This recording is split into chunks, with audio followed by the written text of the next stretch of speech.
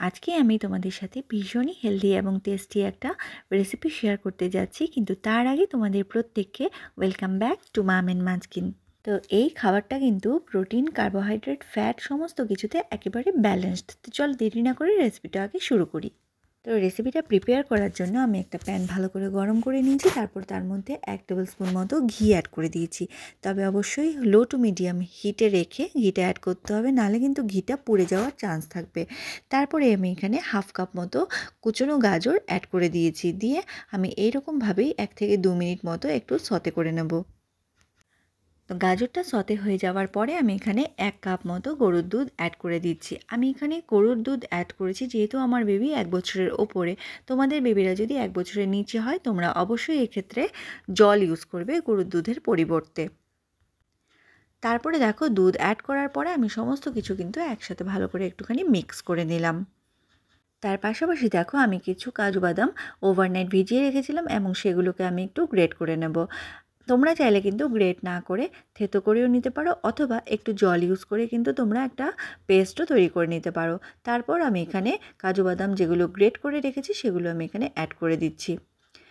Add করে দেওয়ার পরে আমি সমস্ত কিছু কিন্তু খুব ভালো করে মিক্স করে নিচ্ছি। তো এখানে দেখো সব মিক্স করে দেওয়ার পরে দুধটা যেইমাত্র ফুটতে শুরু করেছে আমি এখানে অ্যাড করে দেব সাবুদানা। এই সাবুদানাটা কিন্তু আমি 2 ঘন্টার জন্য ভিজিয়েছিলাম। 2 ঘন্টা ভিজিয়ে রাখার পর সাবুদানাটা আমি জল ঝরিয়ে এখানে অ্যাড করে দিচ্ছি। আমি এখানে মোটা সাবুদানাটাই ইউজ করেছি। তোমরা চাইলে যেগুলো ছোট ছোট হয় আরও সাইজে সেটাও অ্যাড করতে পারো, যেটা তোমাদের কাছে অ্যাভেলেবেল সেটাই তোমরা ইউজ করতে পারো। তো এখানে দেখো সমস্ত কিছু ভালো করে মিক্স করে নেওয়ার পরে আমি একটা ঢাকা চাপা দিয়ে কিছুক্ষণ রান্না হতে দেব। মোটামুটি 5 থেকে 7 মিনিট সময় নিয়ে আমি এটা কুক করব। মানে ওই সাবুদানার বলগুলো যতক্ষণ না ওই ক্রিস্টাল ক্লিয়ার বলের মতন হচ্ছে ততক্ষণ পর্যন্ত আমি কিন্তু এটা কুক করে নেব। তারপর কতটা ঘন বা পাতলা নামাবে সেটা কিন্তু পুরোপুরি তোমাদের বেবিদের পছন্দের উপরে। তো আমি ঠিক এরকম কনসিস্টেন্সিটাই রাখলাম এবং আমি এখানে আমার বেবিকে সার্ভ করে দিচ্ছি।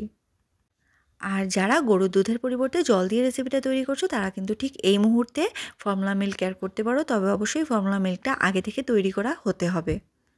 তারপরে দেখো আমি এখানে 1 চামচ মতো জাগেরি অ্যাড করে দিচ্ছি, যেহেতু আমার বেবি 1 বছরের ওপরে। তবে 1 বছরের নিচে বেবিদের ক্ষেত্রে কিন্তু গুড় অ্যাড করা যাবে না। সেক্ষেত্রে কিন্তু তোমরা যে কোনো ন্যাচারাল সুইটনার অ্যাড করতে পারো, যেমন কলা, খেজুর বা অ্যাপেল এগুলো অ্যাড করতে পারো, অথবা না করলেও কিন্তু কোনো অসুবিধা নেই, কারণ গাজরের নিজস্ব একটা কিন্তু মিষ্টি ভাব রয়েছে। তাহলে আজকের রেসিপিটাও নিশ্চয়ই তোমাদের অন্যান্য দিনের রেসিপির মতো অনেক ভালো লেগেছে। আর ভালো লেগে থাকলে অবশ্যই একটা লাইক করে দেবে। আর যদি আমার চ্যানেলে নতুন হয়ে থাকো তাহলে চ্যানেলটিকে সাবস্ক্রাইব করে মাম এন্ড মাঞ্চকিনের পাশে থাকবে। দেখা হচ্ছে নেক্সট ভিডিওতে। ভালো থেকো, সুস্থ থেকো, টাটা।